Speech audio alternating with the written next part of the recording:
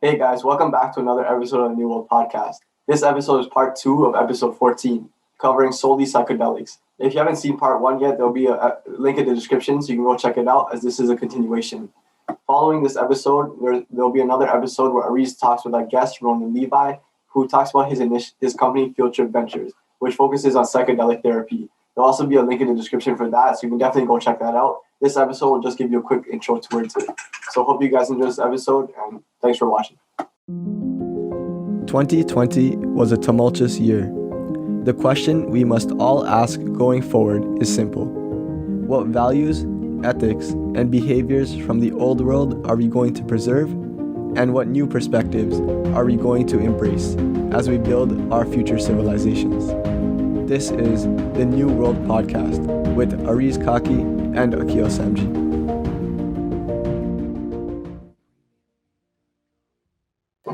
Welcome back to part 2 of the New World Podcast, episode 14, I believe, which is a continuation on the War on Drugs and Psychedelics episode. This is another episode, like I said, just to build the intuition behind some of these topics. Me and Akil are going to be speaking directly about the intuition and sort of the surface level research that we've done into the psychedelic space, signifying maybe some of your interests. Some of the listeners and viewers I have heard from that have given me feedback on the previous episode really enjoyed the coverage of a topic that's rarely talked about from a historical perspective, but they want to know more about the psychedelic industry, particularly because it's becoming much more popular nowadays. It's becoming much more popular as a socio-cultural phenomenon, necessarily, like it's becoming more and more mainstream. And it's becoming mainstream not for the reasons that people classically associated it for becoming mainstream for. It's not really like a party drug or something to be abused with. It's sort of, it's developing signs of being used to have therapeutic purposes at the moment, right? Yeah. I know it's used a lot in pop culture and like movies and everything, but those are super over exaggerated compared to what it's actually for. Like if you look at the timeline of how one can study psychedelics, you understand that like post World War II, the idea of some of these substances being created in the universities, specifically Harvard, MIT, a lot of these universities synthetically created or extracted naturally from the environment some of these drugs that had hallucinogenic properties. And so the timeline essentially was that some of these drugs got leaked out into the counterculture of the 60s. And so they're associated now with the negative view of some of the hippie culture and the hippie era. And so when you look at psychedelics from a historical perspective, it's sort of narrowed down into that kind of era. And then anything post that is sort of like people who just abuse drugs and everything like that. Exactly. But in reality, like we mentioned before, it's like every drug sort of like the idea of anything being pharmacological is simply just a tool that can be used for both good and bad. So we're just going to do a quick overview of psychedelics and some of the things that we covered in the previous episode. So for example, I want to go over the term of psychedelics because I know maybe I might have mentioned it at the end last episode, but I want to go over the definition. So the term psychedelics literally refers to the idea of mind manifesting, or in relation to the particular class of drugs that are associated with the serotonin levels in the brain. So up or down, an increase or decrease in the serotonin levels. But with the consumption of these substances, it's generally been associated with the resultant state of euphoria. So like massive high, like an insanely increase of serotonin levels within the brain that leads to a state of euphoria, and often the psychoactive or the psychedelics trips, that term that comes along with people who consume these substances. This idea of a trip is essentially just a period of time in which the individual ingests the actual substance or whatever the dose may be, and it sort of has its it takes its toll and it has its half-life. So it depends on how long each drug has. It depends on the dose as well as to how long the half-life is. And in that moment in time, the drug is psychoactively active in your body, resulting in certain hallucinogenic properties being released and people going under some of these trip experiences. And so what we're going to talk about today is not just the trip experiences, but some of the actual substances involved, because psychedelics is very of a general term. And we're going to kind of break something down for the audience to kind of understand the intuition behind some of these substances. So if you want to go into them, Akil. Yeah, for sure. So the most commonly known drugs within the psychedelic space today are LSD, psilocybin, MDMA, and DMT. Some of these substances have gained popularity in more recent times as the conversation around them have become more mainstream via celebrities and pop culture. And I know me and Aris started watching Joe Rogan, and he mentions DMT a lot, so I know why that one's becoming a lot popular. Yeah, I think it went from being like just a joke to like actually being something that people actually consider seriously. And I don't think it's just because like Joe Rogan said. I think it's like it has properties, and so people like people like now don't take it as a joke, Yeah. but for its time, I think, especially with pop culture icons like Joe Rogan popularizing it and actually talking about sort of, I guess the way he addresses psychedelics is not from a scientific perspective. Depends on who is on his show. So, yeah. I know he's discussed scientific properties and the cultural and historical significance of the psychedelic space, but I know he like looks at it from like the whole spiritual side Yeah. and what he sort of experienced anecdotally. So like a lot of the evidence, as we point out in the next few sections, the reason as to why the studies have shown that psychedelics have good properties is merely based off the idea of anecdotes. Anecdotes, for those of you that don't know, when anyone says that they have anecdotal evidence or an anecdote, it's simply the subjective perspective of the individual in question. So for example, like that person who ingests a particular dosage of a particular psychedelic will have an anecdote referred to that person's subjective experience with that drug. And so that can be often considered as evidence or something, I guess, admissible. Often, as we've mentioned previously in previous episodes, the gold standard is obviously anything objective or empirical data, which is obviously the best. And we have a guest coming up soon. Our next episode is going to be with a man named Ronan Levy, who happens to be a CEO of a big startup company here in Toronto called Field Trip Ventures. And I discuss more in depth with him with regards to how we can actually dig through the data even more to have like a new golden age renaissance within the psychedelic space. Like if we can actually distill the data down to something empirical versus something being anecdotal, it could be the one thing that could sway the population or at least lawmakers and some change the perspective of how the substances are viewed in pop culture today. Yeah, just going further on that point, that's why different people have different experiences with these drugs because it's all based on anecdotal evidence. It doesn't affect people the same way. Right. Although for like the higher class of drugs, as Joe Rogan has mentioned, DMT, a lot of people see the same things, but they come out with often is a common state of euphoria of the so-called certain spiritual experiences. But as Akil said, like it will, as with any drug, it will affect the magnitude at which one particular dose affects someone could be varying amongst the population for sure. And yeah, we're going to talk to you right now about the breakthrough research that's being done on the psychedelic therapies, particularly to treat a set of problems regarding PTSD, clinical depression, substance abuse, and alcoholism. So last episode, we spoke about the idea that stuff like the marijuana debate as to the process of how marijuana got legalized and was permissible in society was the psychedelic space kind of follows that exact same pathway because the way psychedelics are being legalized now and being looked at is following the same track as marijuana. Often the evidence is being presented and people will change their perspective on looking at marijuana as being a good alternative to some of these drugs. And at the same time, as we mentioned in our previous mental health episodes, psychedelics in the last section of our mental health episode are proving more and more to be effective in treating some of these clinical depression cases and PTSD and even substance abuse, for goodness sake, that more effectively than any pharma-grade drug. Exactly. And some of these substances, like people need to understand, psychedelics are not entirely they're not like synthetically isolated in a lab. Sometimes, often, a lot of these indigenous tribes or these indigenous cultures that have existed for thousands and thousands of years, this idea like ayahuasca and some of these ceremonies that are religious, have existed for thousands of years. And so this idea that this is plant medicine or coming from the earth, I know I sound a bit hippie right now, but this is kind of present. So there is a track record, culturally and societally speaking, that this has been something that's unique to most indigenous tribes. And I don't think it's geographically isolated just to like the North American tribes. Like with ayahuasca, you have that located in South America. Then you have some of the indigenous tribes up here in Canada and the United States and North America. You also have the use of some of these substances within the Middle East and China. So like a lot of the stuff did develop in vacuums, but it just shows you that the idea is that this is just common sense from an empirical perspective to go to a particular plant to extract some sort of compounds. As we normally use plant medicine in general, but this idea that some of these have psychoactive properties that they're somehow bad is, I think, far-fetched. And do you think psychedelics have a negative connotation because they're often the target of the war on drugs? Yeah, I think with Ronan's episode, he specifically mentioned the idea that he believes it was the so-called policies of the Nixon administration to crack down on like the idea of the political opposition, also of a distraction from the current ongoing war in Vietnam and just the societal and cultural things occurring in the United States. Yeah. I just think that psychedelics are, like I said, a small subgroup of drugs within the bigger umbrella of psychedelics, of just drugs in general, the war on drugs targeted or meant to target in the name of protecting people. I also think that psychedelics, in and of itself, research has been set back by decades. Because if you think about the timeline, as of the 1970s, a lot of this research was stopped, and most people were doing it behind closed doors in academia.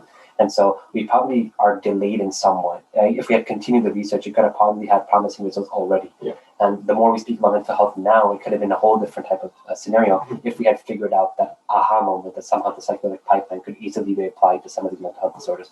But if that's the case anyways, the point is that now we have the ability to sort of dictate and navigate this new world of looking at some of this evidence and looking at some of the prospects of some of these psychoactive drugs to be able to produce the results that people wanted from big pharma drugs. Although we spoke about antidepressants about last time too, and how this idea is, it goes back to this reactive versus proactive. Right? I think the negative connotation comes from this idea of how we just looked at medicine in general. If we start to look at medicine as something more proactive rather than reactive, our model here, essentially, this part of the world kind of changes, because right now it's sort of reactive. Like I get sick, I'll go to the doctor, I'll get prescribed something, then I'll be good. But in reality, you're seeing this now more with mental health, like in the mindfulness space. You see it in diet, with people going out of their way to like do yoga or CrossFit or whatever diets, or go vegan.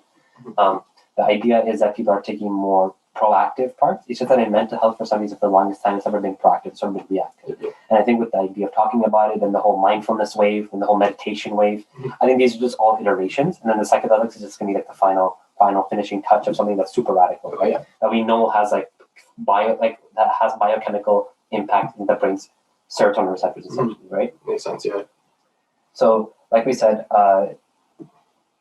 we realize that these psychedelics have a lot of potential in comparison to some of the market standards. So, for example, like these antidepressants, and a lot of companies at the moment. So you might be thinking to yourself, like, okay, is this just going to be something like I have to go to like an indigenous tribe of contact? No. Like this is being offered currently in many clinics. It has been offered. Some of these substances. Some of these substances are, of course, in the pipeline to being approved by the FDA and some of our government health agencies to be tested on, and then hopefully have them safe, and then effectively have a dose that can prove to be effective for everyone in question.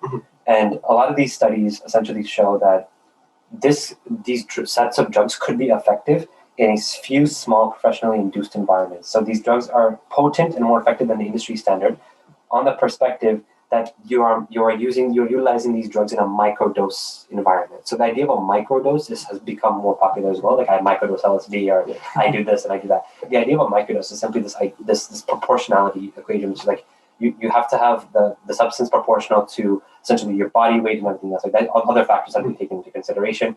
But the idea of now having a professional in a calm, professionally induced environment, you ingesting this drug and then having a professional, a psychiatrist, a psychotherapist, or any therapist who's licensed in the science, walk you through a guided meditation or some sort of tutorial that would be able to yield you results, rather than the negative connotation that you briefly spoke about, where people were just on the streets consuming this, who knows what it was mixed with, and having delirious states of euphoria, right? I think the idea is, as we mentioned in the past, when something is illegal, often when it gets out, everything is on fair game, which is everyone can just do it and no one really gives a shit about the microdose. Because I don't think people who know this is illegal are going to really go into the science and really figure out, like, I know that I should only be consuming 5 milligrams of 500, right? So I don't think like people they don't understand that that's important to look into. Anyway, would that experience be similar to like visiting a therapist, for example? Yeah, I think the current idea with a therapist, with psychotherapists in particular, psychiatrists, is that you go there and talk about your problems, right? And I think that was a sort of like reactive approach, which is you just go whenever you feel like it. I think a lot of these psychedelic companies and psychedelic solutions, and some of this proactive versus reactive solutions, are making people take control of their own lives. So like when we spoke to Ronan and a lot of these companies, it's not that you have to be like at your dire state to go. Generally, there's an approval process, a screening process, obviously. We know to talk about this in the next episode. But it's basically taking more control over your life and actually experiencing some of these psychedelic experiences to kind of be on your own 2 feet grounded, as sort of having a strong mental foundation to then proceed with the rest of your life. I think this is different than the previous example, where before you had psychiatrists, you essentially went to the doctor, you got your antidepressants. And if you didn't like your psychiatrist, or the psychiatrist had benefited off the perverse incentives, he would provide you with the antidepressants, right? And so the system at the moment is just favoring those perverse incentives. Whereas now I think the revolution in mental health, as Ronan mentioned in our next interview with the guest, is that the shift is changing. We see like in different parts of healthcare, the proactive coming in. I think now it's just mental health's time to shine in the proactive space. And I think you're going to see sort of the loosening of pharma's clutches on, I guess, brain health in general, because people are going to step away from some of these drugs. and look towards mindfulness, and then eventually maybe psychedelics if the worst case scenario happens, right? Yeah, for sure. And I just want to talk about some of the anecdotal evidence that some of these people who consume some of these substances actually have spoken about. So I think we mentioned Joe Rogan. There's this idea of the ego death, or basically the idea of consuming some of these substances puts you in a euphoric state, puts you in a psychoactive state that you essentially detach yourself from reality, essentially, right? This is where the spiritual mumbo jumbo comes in, but we're talking simply from the anecdotal evidence, right? The idea that this ego death turns off the brain's default mode network. So this idea of sense of self of individuality feels more connected to the earth and to the environment around you. You sort of lose this idea of identity of self, or the ego, essentially. Rather, you're sort of put into a higher, I guess, as other people have used the word, state of consciousness, right, to understand the world. And this opens up an entirely new, different industry with regards to the spiritual benefits. Often, what I've thought about is that, let's say, for example, the same pipeline, if it's true that the road to psychedelic research, therapy, legalization is going to follow the same as marijuana. First, it was marijuana prescribed in the case of therapies, right? So you have like some of these substances being legalized because of therapy, and then essentially it hasn't been done recreationally, right? We still have time. There's a lot of these startups. It's going to still be provided under the guise of mental health as a problem we're addressing. But my question is, how long do you see, and if you do, then how long do you see the timeline going from like therapeutic to like recreational? Because I asked Ronan about this, and I was just asking him about 3 separate categories. We have the therapeutic, we have the recreational, and at the same time, like a third one, which I think would probably belong to the recreational, which is this idea of a self-induced kind of biohacking. We see a lot of this biohacking space rise. Right? We're looking at people working on increasing lifespans and things like that. So, like, where do you see that timeline going? Do you see that happening anytime soon? Well, I know here, like, marijuana has been legalized, so a lot of people do use it recreational as well. Yeah. But I think throughout the rest of the world, it'll probably take about 5 to 10 years, especially because people are doing research. You got to take that negative connotation off of it and favor it towards the positive, right, which takes a lot of, like, propaganda and, like, talking. And obviously people who obviously still do it at recreational, of course, in the black market, plus all these indigenous tribes and other countries that have been doing it. But my question is, how often, how long do you think the timeline is, like, in the near future, during this decade, or what? Not probably during this decade, maybe like the 30s. Yeah. Maybe it would start near the end of, like, the late end of the decade. Yeah, but it takes some time. Yeah, I think with any tool, like I said, as we mentioned, like this idea of recreationally consuming it, are you consuming it based off the intended dosages of where you can get like a bad trip? Because as we've spoken previously, you can get into this, the adverse reactions. Yeah. There's been like anecdotal evidence that people actually like their moods and their sort of personality changing, and there's been this sort of con debate, which is essentially that people who are proponents against psychedelics have brought up the fact that a lot of people go through some of these bad trips experiences. They like wake up and they're totally different. Their brain chemistry's changed entirely. And so those are some of the cons. And as I spoke to Ronan about this, he essentially said that this is restricted to a minority group of people. Yeah. And this is based on the microdose study that they've been doing, or the studies in general. I think with anything, you could obviously overdo it. And if the intended consequences are the same, like if people are trying to get the spiritual experience that can be given to you with the same amount of intensity as a lower dose or a higher dose, then I don't see why. But if the idea is that the more higher you go, the more, like, I don't know, crazier experience you get, that could be some of the backlash. That could be some of the backlash points that the proponents who are against psychedelic use for recreational could bring to the table, and say that it would throw it off society from its current. I would argue that those bad trips are a reason due to the lack of knowledge, right? Because psychedelics is relatively a new space. Like you said, from the 60s, there's been decades of research lost. And I think that's why people just see the drug and they see it in movies, like pop culture. People are smoking a lot of like marijuana, sniffing cocaine and things like that. Yeah. But they think they can do the same, and that's why at least bad trips and the negative connotations, the negative thoughts. Right? I think just in general, the education around even like this idea, like people going to like the best example I can give you is like this idea that people from here, like Westerners or everyone, just goes like visits another country and then goes under their spiritual, like goes sort of like a very reserved local native tribe and then comes back with like a shaken thing. I think now that we're exposing the pipeline of the science behind it, I think you're right. I think it's coming with the education part of it, right? Exactly. I think the more these startups develop with regards to many of these startups, for example, have been listed on the TSX. So there's major progress happening. A lot of these companies have gone public. You can actually trade their shares at the moment. And I think with that comes also the psychedelic education, and this obviously opens up many opportunities for Gen Zers as well, which is the idea that a lot of these this space of psychedelics is pretty interesting for any people who are interested in the neuroscience space, but more so over people within even the brain-machine interface space, and people who are interested in, I guess, unlocking the secrets of the brain. This idea that, like, are we able to map and I was talking to Ronan about this, the golden age would come the moment we are able to objectively list out empirical data showing that there's actually massive change within the person's amygdala, their processing, the fear processing center, if they have like PTSD, how do we record PTSD from like an objective standpoint? And if we can empirically record the data after a treatment or a trial of psychedelic therapy, we would need new tools for that. And so now we're having more brain mapping technologies, right? We're developing that as well. We have like Elon Musk Neuralink, and we have like a lot of these like brain companies that are trying to like get more modeling and more clear imaging with regards to how the brain actually looks. And so we can probably get more and more evidence. There's like a flurry of opportunities there. Not to mention the spiritual space we just mentioned, the idea that this could be a push for an eventual like controlled recreational usage. Maybe the idea that people can just do it for the sake of biohacking could be their fundamental human right, but they can do it in a controlled space rather than just being out in the streets, as before. Correct. Okay, so now we're just going to move on to the idea of some of these resources that you guys could use. So we're going to attach some of these within the description. We're also going to attach some of the articles that we've cited in the previous episode. We realized we missed that a bit, but we're going to attach that to the previous episode descriptions, where you can actually see some of the sources that we consulted. So the Cato Institute sources and some of the data points and some of the stats and figures with regard to the war on drugs and some of the costs. We're going to attach all those to the description of the first episode, the first part of the episode. And if we missed any ever, if you have any questions about anything, where we got our sources from or information from, don't be afraid to message us on Instagram. Or just comment. We can just direct you directly to where. Or even comment on our YouTube videos, and we'll direct you right away. Right, and so we're just going to give you a few at the moment. We're going to tag some of these. So the best leader I can give you at the moment, who's sort of pushed the narrative on psychedelic research, and we sort of watched his TED Talk prior to the making of this video. He just went on Rogan recently, a couple of weeks ago, and he's sort of a leader, and he has this organization called MAPS, which is essentially like a global kind of research institute that looks towards developing the therapeutic uses and the process of legalization to use some of this therapeutic these therapies on people with regards to PTSD and a bunch of other disorders. So his name is Rick Doblin. So he's the CEO and co-founder, the co-founder of MAPS, which is essentially the institute that deals with psychedelic substances. And I just wanted to give you guys some of the talking points that he's given us. Essentially, his background is he grew up in the 60s, he grew up in the psychedelic era.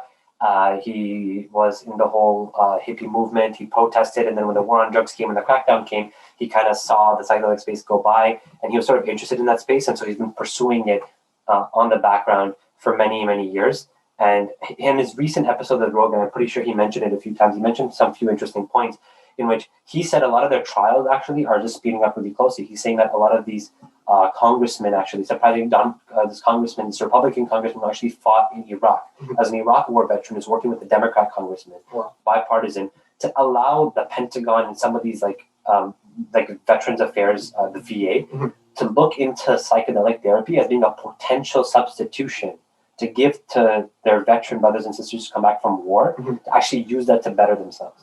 And I think it's huge progress because it's happening on a federal level, and just shows you that if we have the objective, like anecdotal facts, it could push the propriety forward. Exactly. And I think that's with any technology, is the fact that if people at the end of the day, leaders, essentially political leaders, care about the application. If the application yields effective results, it should be deemed effective. Exactly. Right? I think the idea as to whether or not something is unethical or ethical is based off the user. And I think if we take the sort of margin, if you take the mean, if we take the mean and the mean yields good results, we can go with the mean. Let's not go with the marginal cases of either insane or just like horrible trips. We can take the mean and move forward with that, right?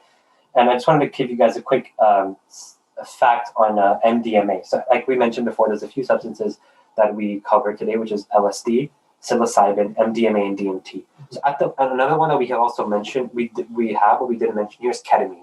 So ketamine is another psychedelic that's actually available here in Canada as therapists can license therapists. Some of these psychedelic startups that they allow some of their patients or their customers to consume in a sort of monitored therapy session, but it's just another substance that you can look into. Like we said, each of these substances have a unique chemical property, biopharmaceutical property associated with them, so they're not all to be taken at the same umbrella level. They're just at varying degrees of effectiveness. We all know that for a fact that when people hear about LSD, psilocybin, ketamine, it's not equivalent to like the effects people have on DMT. DMT is massively, completely different, and it should not be messed around with or assumed that it's the same as the other substances.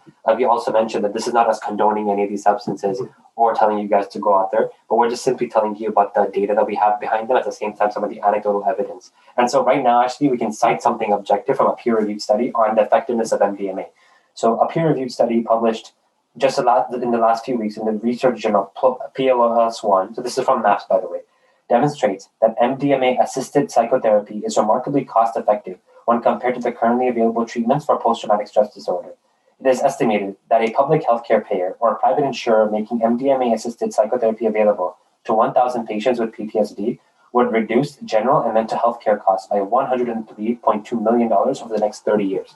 And so the idea is that its effectiveness is now also proving the law of markets, right? The idea that like, okay, if the general industry standard is super expensive and it's not as effective, and a solution that comes along is more effective and cheaper, it's going to save you money over a long period of time, especially in some of these government health organizations. And like we said here, not just a public taxpayer, but a private insurer. So the incentive dollars go to the private insurer, because the private insurer does not have to pay as much for this treatment, and as a result, premiums could go down naturally as a law of market, because if your only premium and your reliance on the public healthcare system is that you are a veteran or someone who's suffering from PTSD, is this the idea that you need these pills that are prescribed by pharma is completely useless, because now you have the ability to access treatment that's much more cheaper than ever before and much more effective. And so we're going to see where this space goes. We're definitely trying to get a few 1 to 2 more guests on, talk about various different organizations. Like we said, MAPS is just a research institute that's sort of leading the way in research, but there's plenty of startups behind MAPS that are kind of filling the private sector void. So trying to like get into various substances. There's a lot of companies that just work with psilocybin, or they just work with ketamine, or they work with a bunch of other ones. And their idea is to make psychedelic therapy more competitive, so that the moment a lot of the barriers get broken down, there's a huge flurry of competition for a lot of these for these patients that need it to access some of these psychedelic substances. And so with that, we'll leave you with our 3 takeaways. So Akil, what is your first 3 takeaway from these 2 parts of our episode? Yeah, so just jumping right into the psychedelics we covered, I just want to reiterate that I know we talked about a lot of them, like MDMA and DMT, but like Ari said, we don't condone them. Do your research and figure out what it is, and if you're really willing to do it, and like how the effects are, all the anecdotal evidence. But yeah, like we hope you guys learned a lot about them, and hopefully you guys are more interested about it. Aris, what's your takeaway? My second takeaway would be in relation to the first episode, which is the idea that some of these some decisions that people make is sort of a general statement, but this is in relation to some of the laws that were built in the past with regards to some of these substances, which is when a law, but more importantly, a decision is made, it has sort of second and third order consequences in various magnitudes. It also depends on the decision you're making, but with every decision comes second and third order magnitude. So I think at the same time, it just reiterates that if you're in a position of leadership ever in life, or in an organization, as young people, as Gen Z is embracing more and more leadership roles, you should always consider to stop and listen to all sides of the argument. And the idea is to always come up with the most objective conclusion, not just jump toward whatever's favorable at the time. As we can see here, evidence historically points that if you take that route, you generally don't make the best decision. And our final takeaway would be, unfortunately, history and laws have a lot of racial connotations, like I covered in the first episode about the opium laws. But the thing is, the takeaway from that is, I guess, know your history and understand it so that you don't act the same way. Because the more people that know about it, they realize not to act the same way, to stop being more racially focused and start thinking about things with an open mind. It really affects the rest of society, and that's how laws get changed and action gets taken. So really just like know your history, I guess. Yeah, and with that, we're pretty much done this episode, and we're basically gonna send you guys off to the next episode. We actually have an expert on, and I just interviewed Mr. Ronan Levy on psychedelics and the space, and so we're going to publish it this week as well. So this is essentially just an episode to kind of give you guys an intuition. So definitely check out the next episode for something much more in depth. And we're going to go over some of the studies, and he's going to basically talk about some of the studies, some of the leading figures that people could follow on Twitter and social media, and some of the spaces in which Gen Zers can potentially jump in for an opportunity. I know a lot of us are now looking still in 2020 to 2021, so looking for some of the pathways that people can be interested in. I know a lot of people are interested in STEM and science and the intersection between neuroscience and computer technology. Mm-hmm. There's a lot of space here for development and innovation. So this is an amazing space to look into. We just find it a bit curious because we've sort of been hearing about this, as Kim mentioned with Joe Rogan, but at the same time, it's something just interesting to find that some of these psychedelic properties are effective, yet they're somehow not being at the forefront. Something we always look at, which is why certain things are not happening, even though they make the most logical sense. Exactly. Yeah, but with that, we'll bid you adieu, and please check out our next episode. And so, Cool. Yeah, take care, guys. See ya. Thank you for listening to this podcast. Be sure to like, subscribe, comment, and share. Check us out for an audio-only experience on Spotify, Apple Podcasts, and other outlets. Follow us on all of our social media, and please consider supporting us on Patreon. All of these links will be in the description. That's it for us today. Welcome to the New World.